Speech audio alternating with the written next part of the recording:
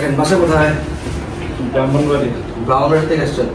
Club ফুটের বাচ্চা, 2 পায়ে সমস্যা ছিল, 10 দিন বয়স থেকে প্লাস্টার করা হয়, এখন আলহামদুলিল্লাহ 2 পায়ে ভালো। হ্যাঁ দেখি, এই 2 পায়ে ভর দিয়ে দাঁড়াচ্ছে, কোনো ডিফর্মিটি নাই, ভালো। বয়স কত এখন?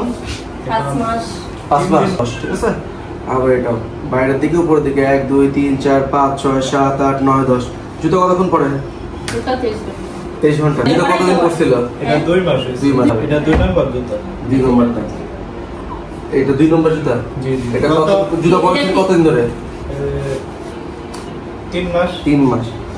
যাক আলহামদুলিল্লাহ, পা ভালো আছে, হ্যাঁ নরম আছে, কিন্তু ব্যায়াম চালিয়ে যেতে হবে। আর বাচ্চাকে পায়ে ভর দিয়ে এই এভাবে করে চাপ দিয়ে ধরে দাঁড়া করে রাখবেন। হ্যাঁ ঠিক আছে। আর সবসময় চেক করবেন পা নরম আছে নাকি, এরকম পা নরম থাকবে, ঠিক আছে।